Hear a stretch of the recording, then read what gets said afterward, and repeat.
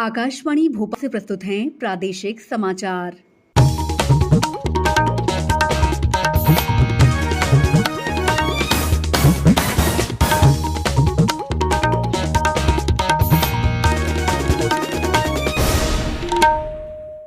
नमस्कार, समाचारों के साथ मैं दीपा सिंह। पहले एक अपील। कोरोना संक्रमण के मद्देनजर सभी श्रोताओं से अपील है कि लापरवाही न बरतें, सभी एहतियाती उपायों का पालन करें और 45 साल से अधिक उम्र के जिन लोगों ने कोविड का पहला टीका लगवा लिया है, सही समय पर दूसरा टीका लगवाएं। 3 आसान उपायों का पालन करें और सुरक्षित रहें।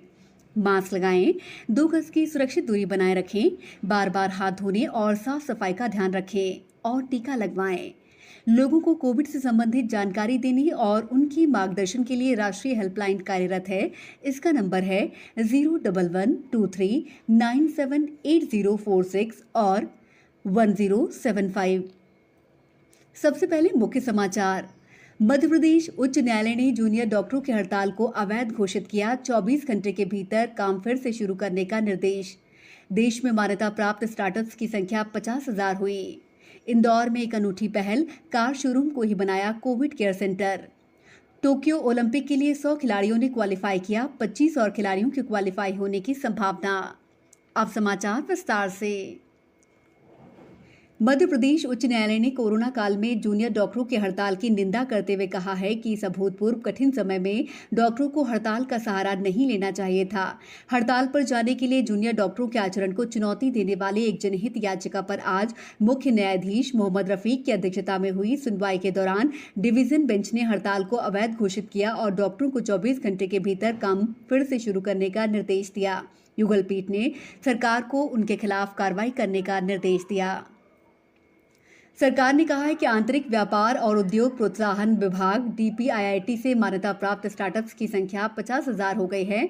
प्रधानमंत्री नरेंद्र मोदी ने जनवरी 2016 में केंद्र सरकार की प्रमुख पहल स्टार्टअप इंडिया का शुभारंभ किया था। वाणिज्य और उद्योग मंत्रालय ने कहा है कि मान्यता प्राप्त स्टार्टअप्स 623 जिलों में फैले हैं। प्रत्येक राज्य और केंद्र शासित प्रदेश में कम से कम एक स्टार्टअप है। मंत्रालय ने कहा है कि 30 राज्यों और केंद्र शासित प्रदेशों ने स्टार्टअप्स के सहयोग के लिए विशेष स्टार्टअप नीतियों की घोषणा की है। पिछले वित्त वर्ष में मान्यता प्राप्त स्टार्टअप ने लगभग 1,70,000 नौकरियां सृजित की हैं।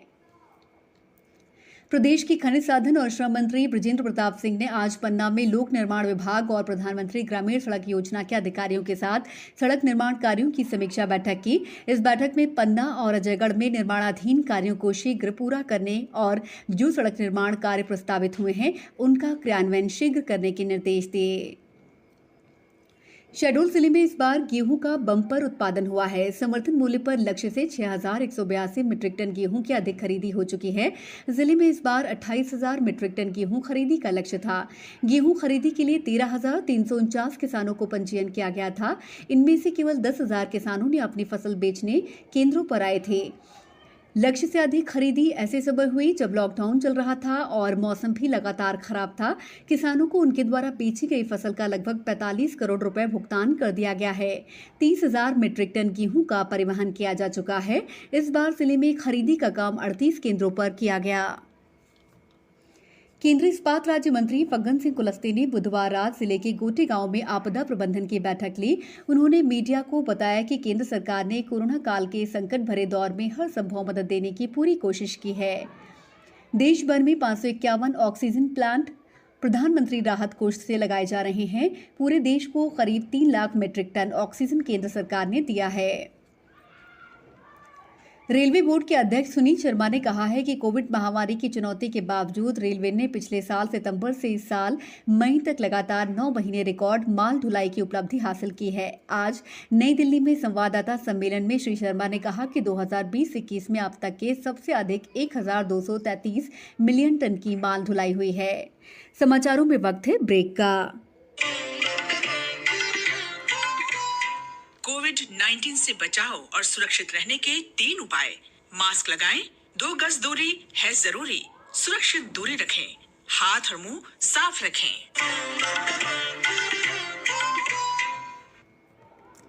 ब्रेक के बाद समाचारों में आपका एक बार फिर स्वागत है। कोरोना संक्रमण काल में देश भर में सरकारी प्रयासों के अलावा निजी सामाजिक संगठनों द्वारा जरूरतमंदों की अलग अलग तरह से मदद की जा रही है। इसी क्रम में इंदौर में सिख समाज ने एक अनूठी पहल की है। समाज ने कोरोना संक्रमित लोगों के समुचित इलाज के लिए एक कार शोरूम को ही कोविड केयर सेंटर बना दिया है। शहर में ये पहला कोविड केयर सेंटर है जो कार के शोरूम को बदलकर बनाया गया है। यहाँ प्रशिक्षित डॉक्टर, नर्स के अलावा सिख समाज के गरीब लोगों के लिए निःशुल्क औषधि और चिकित्सा के तमाम संसाधन मुफ्त मुहैया कराए जा रहे हैं। सिख समाज ने भी ये तय किया है कि अब गुरुद्वारों के सौंदर्यीकरण में जो राशि खर्च की जाती थी, उस राशि से अब देश भर में आधुनिक अस्पताल और यूटिलिटी सेंटर बनाए जाएंगे। ब्लैक फंगस के उपचार में उपयोगी एम्फोटेरोसिन बी इंजेक्शन की किल्लत से जूझ रहे मरीजों के लिए राहत भरी खबर है। जबलपुर में ही इस इंजेक्शन के उत्पादन का रास्ता साफ हो गया है।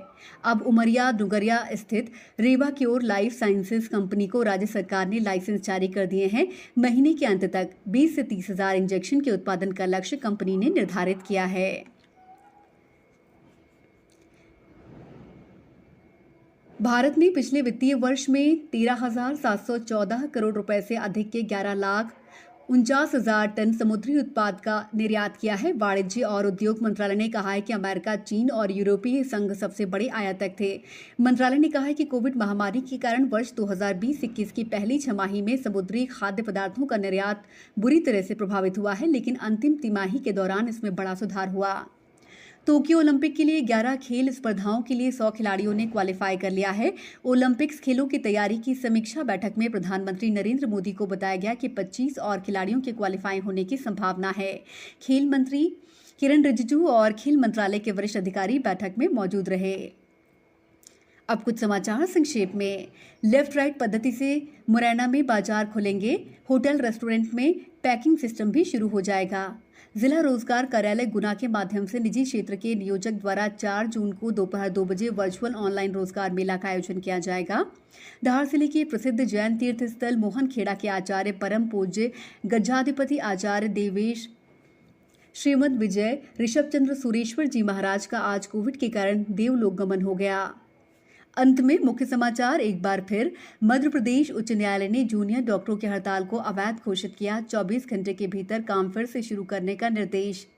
देश में मान्यता प्राप्त स्टार्टअप्स की संख्या 50,000 हुई। इंदौर में एक अनूठी पहल, कार शोरूम को ही बनाया गया Covid care centre. Tokyo Olympic के लिए 100 खिलाड़ियों ने क्वालिफाई किया। 25 और खिलाड़ियों के लिए क्वालिफाई होने की संभावना। बुलेटिन के अंत में आप सभी से एक अपील, मास्क और 2 गज की दूरी, हाथ धोना भी है जरूरी। नमस्कार।